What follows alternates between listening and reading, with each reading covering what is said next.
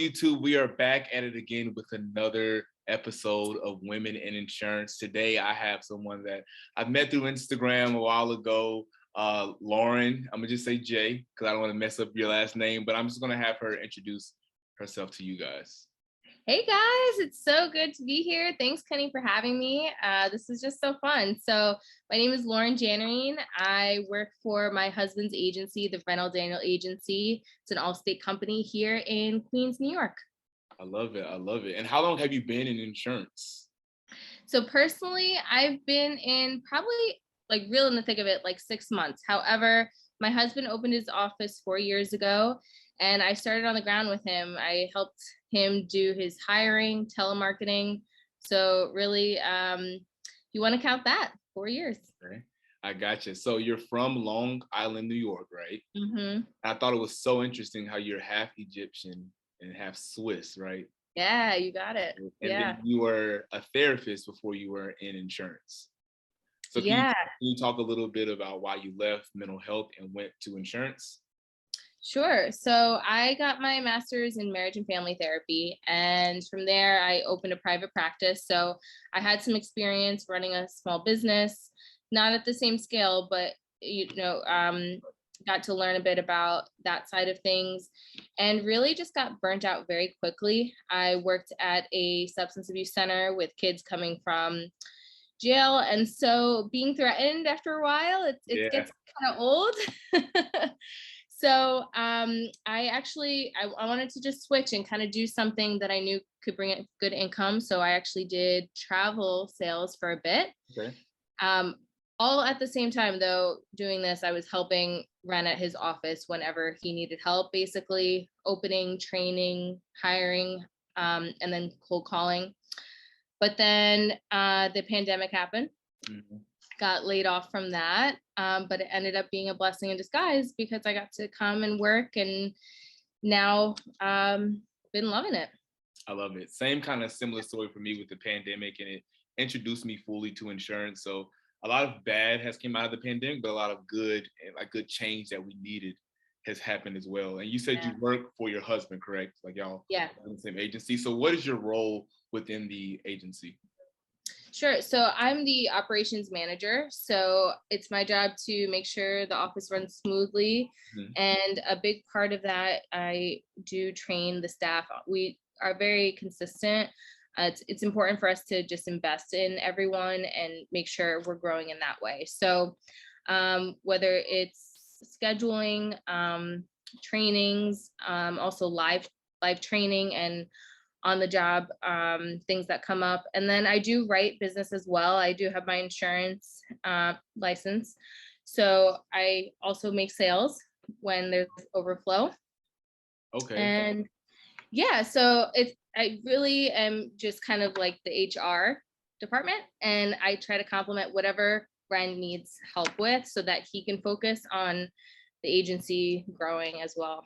I love that. So with you being slightly new into that role and you're also selling as well, how has that been like juggling? Because I know some people that are in insurance want to elevate in different agencies, be operations manager, sales manager. How have you like successfully juggled all of that? And was it easy even juggling all of that? Yeah, so there's definitely moments like with anything, right? Especially when you have so many different personalities on a team. But what really laid the foundation for me was my background in sales, travel, and retail here and there in the past. I had really good background of training and working with other managers. And so that helped really groom me for how to be a manager, even using my therapy background to know how to talk to people and talk to not only customers, but to our staff. And I think when you learn sales, if you can sell something, as long as you're able to get the product knowledge, you can kind of pivot it. Yeah. So that's kind of what I did, is taking all my sales training of just really like building that rapport with the customer, learning how to meet their needs, but also sell yourself is a big part of it. And then at the end of the day, just you have to learn the product knowledge so that you can bind it at the end of the day. I love that. And a big thing, like you said, is learning how to like talk to your customers or even people that work for you. Because when I was a sales manager at Enterprise before I was in insurance, when I first got the management position, I was never taught how to communicate. And I did one of those personality exams, and it made a lot of sense because, you know, this person may like this and that person may like that. I feel like a lot of times in America in general, when people are in higher positions, they don't take the time to get to know like their employees, their teammates, and it's not any really effective communication. You know what I mean? Oh yeah. Yeah, that's one of the biggest keys of being a manager, because everyone learns differently. Some people are visual, some people need to write or to hear it multiple times. And so it's not fair to just expect someone to learn something according to your style. So having to adapt that, and also to be accessible to teach them and be okay with them not knowing everything. You know, insurance is, it's a very big and broad topic. It's very important. And we're not taught this in school. So you're coming from a very little background, and you have to just be open to coaching and being coachable. That's so true. And I know your husband is very grateful to have you on the team, but how is it working with your spouse? I love it. Yeah. I love it. He's my best friend, so it's Okay. great. But what's awesome is I got to see kind of from his perspective and just understand so much more of what he goes through as a business owner. As I mean, you know, business owners wear multiple hats. You're the cleaner, you're the construction crew, you're hiring everyone, train everything. So getting to see his perspective just helped me to have more empathy for him and just understand and really see how hard he works. And we just pick up from each other of what our strengths and weaknesses are. You know, sometimes he's better doing something, and even though technically I could do it, he's in a better frame of mind to get it done, and so he'll do it, or we'll switch on and off.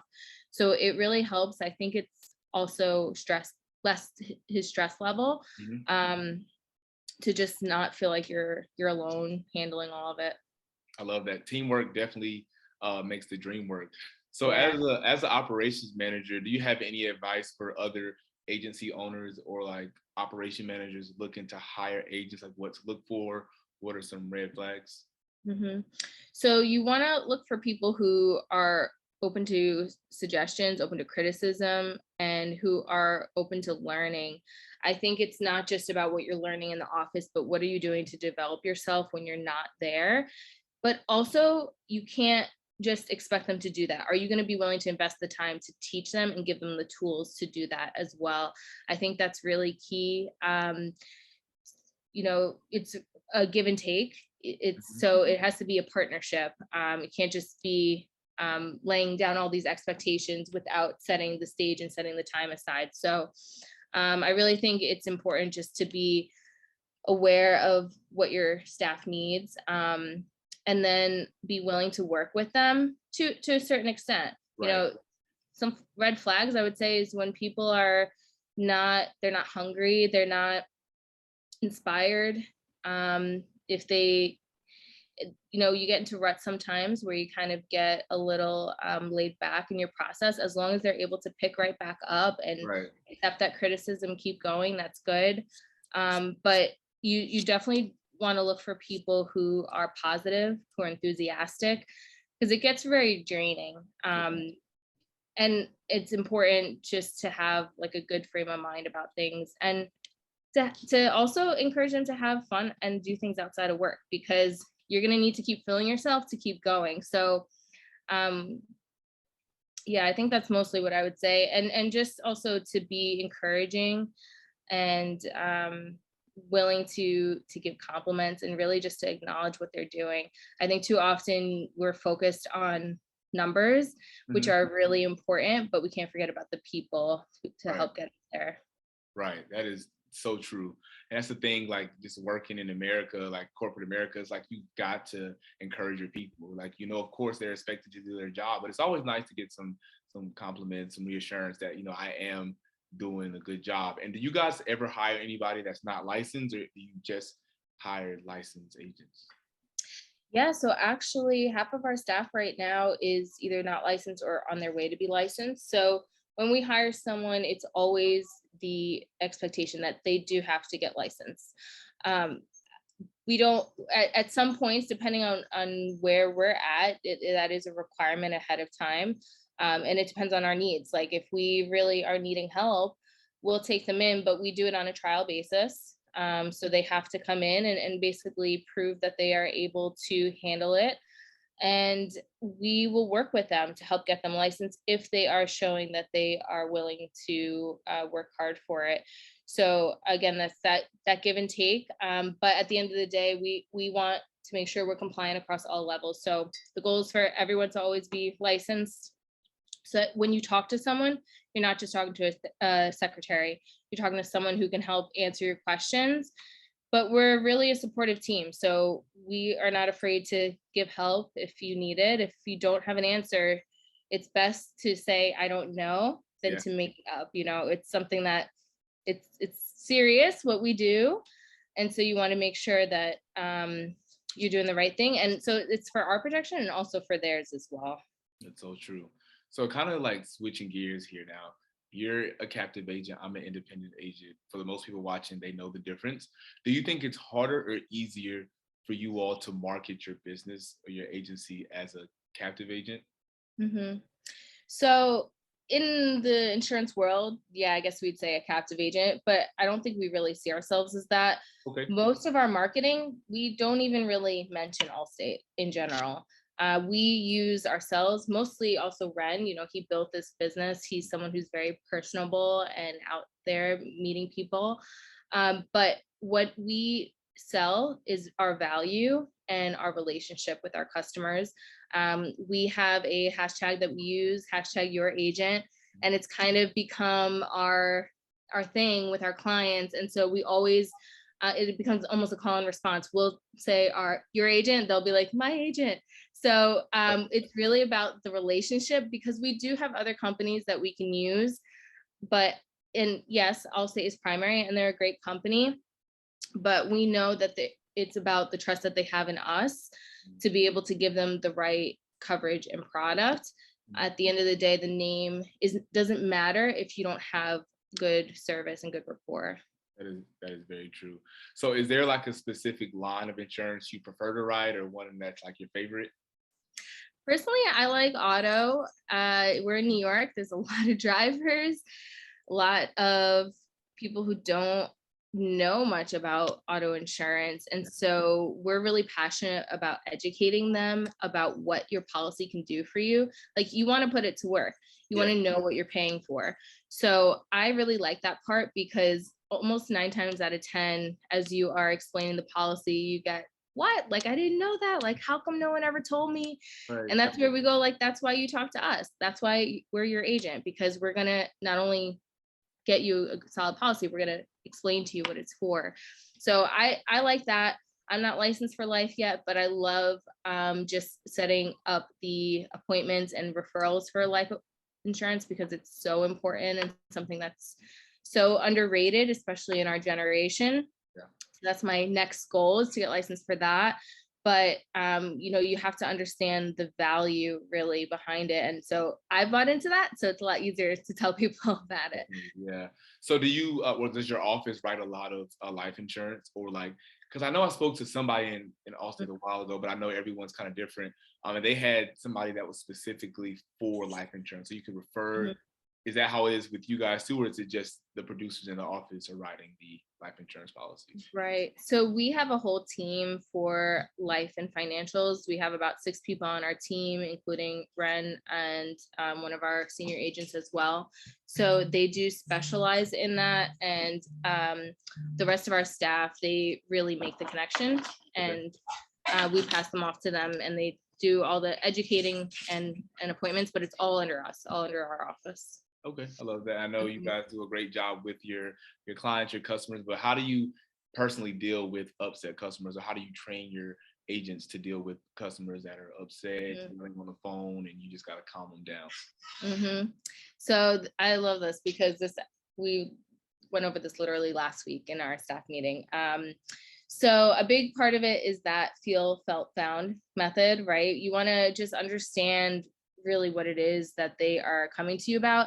And what I've noticed is you don't want to assume that they're wrong either, or really also that they're right. You really just want to try to understand the situation. You want to empathize with them and make them feel heard, make them feel like their concerns are valid, even if you don't agree. Right. And then also offer a solution, or that you will find the solution. Be confident about that.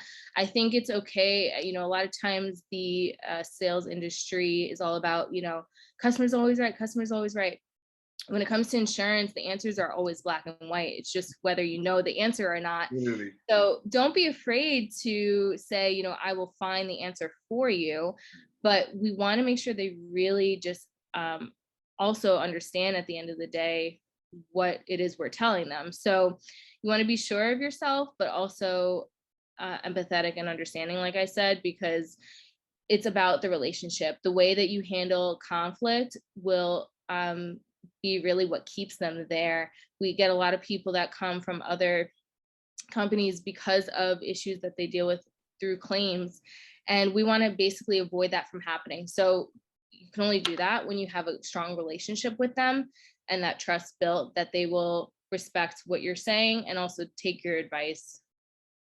That's so true.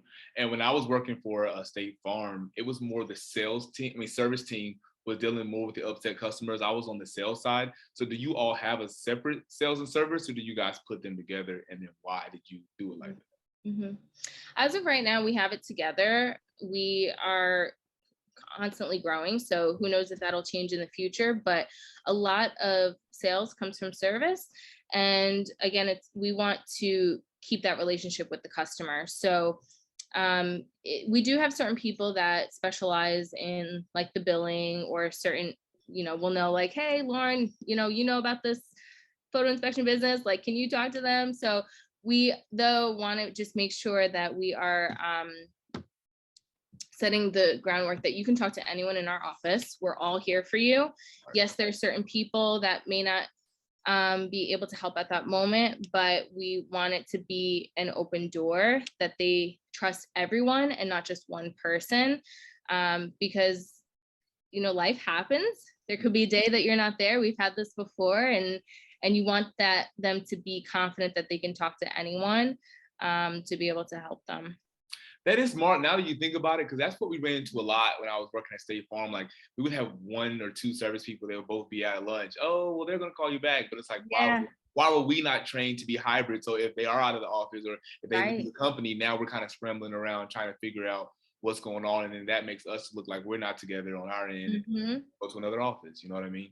So yeah, it really just delays that customer service experience. You're not keeping it fluid and smooth. So yeah, I think it's good to know both.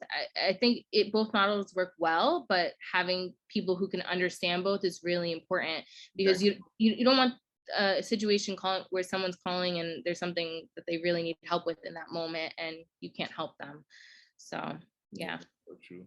And what has been your biggest struggle in insurance, or since you've been in insurance? Mm-hmm.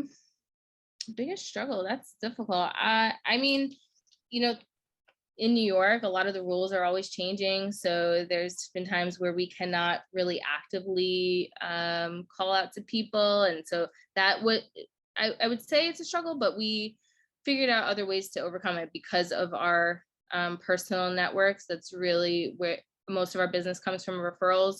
So we just found ways to pivot in that. And I think just having more patience in explaining things, really, to whether it's staff or customers, because again, they don't know what you know. So you can't assume that they're coming from the same background as you. So it does take a lot of patience. You do have to learn how to walk away sometimes and not let the stress get to you.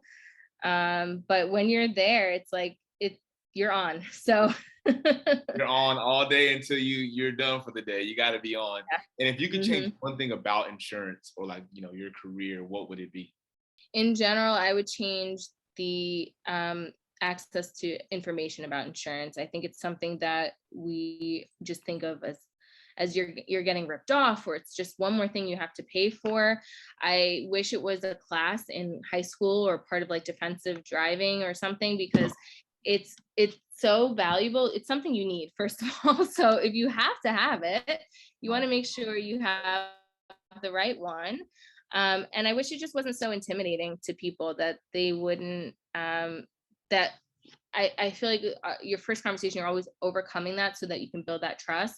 So I wish we could just take that away so that it would be a little bit easier. But that's part of what you're trying to do. That's part of what we're trying to do. So hopefully that'll change in the next few years. No, definitely. And it helps how like people like me, you, your husband are like on social media, in the younger generation, reaching out and letting people know like insurance isn't all like older people talking about you need this for your car, like it makes it Right. more relatable and they feel more comfortable even asking questions about, well, why do I need this on my policy and things like that. And of course, this is women in insurance. I do want to ask, do you think there are any struggles in insurance that women deal with that men don't? Yeah, absolutely. We have had a lot of customers call and assume that when it's one of our female staffers answering the phone that they are secretary. And like we said before, everyone is either licensed or working to become licensed. Very clear that no, you're talking to someone who can help you. Like they're trained, they know what they're doing. I find that sometimes with some male customers, usually older, they don't really always believe that what I'm telling them is the absolute truth. There could be a lot of questioning, whereas I know some of my coworkers, they wouldn't have all that. Right. So I think there's definitely part of that, it just goes, I think, for the all business in general, of just that women are just as educated and can be as well versed in something like this. But again, like you said, insurance is known for like the dads or the grandparents sitting around being like, oh, did you hear this and this? And it's not something that's talked about in the general public. So I can't fault them completely. That's true. And what do you think, or what is the biggest piece of advice that you could give women in insurance or women even trying to get into insurance watching this video? It is a great career. It's something where you can provide for yourself and your family. So do not be intimidated by it. There's a lot of resources out there. You have Kenny's channel and a lot of other great places to go to learn about it. And don't be afraid to take the chance. It's something that if you allow yourself, you can open a lot of doors for and really have a great career. I think it's looked at as a job, but it really is a career. It's something that can sustain you. There's a lot of unlimited opportunities. And so don't be afraid to take that chance on yourself and find the right team. Make sure you are selective and people who are going to help you get to where you want to go. I love that. And then any last remarks or any nuggets you have for the audience before I let you go? I would say just keep learning. Something that we've been doing, we talked about investing in your team, making sure they have training. We are very passionate about not just educating our customers, but our staff. And so we've done book clubs where we're reading books about business. We've had other people come in and talk to them, and we've paid for certain platforms that will provide a lot of resources. So don't be afraid to invest in your team and to put your money where your mouth is, really. And also as customers, like, don't be afraid to ask your agent things, to look things up, and also verify, trust but verify. Speak with them and be like, hey, I saw this, what does this mean? Or can you explain this better? So don't be afraid to question and to learn. I love that. So guys, this is the great Lauren. If you guys are in New York, please reach out to them for quotes. All the information will be in the description box below. Again, Lauren, thank you so much for joining us today on Women in Insurance.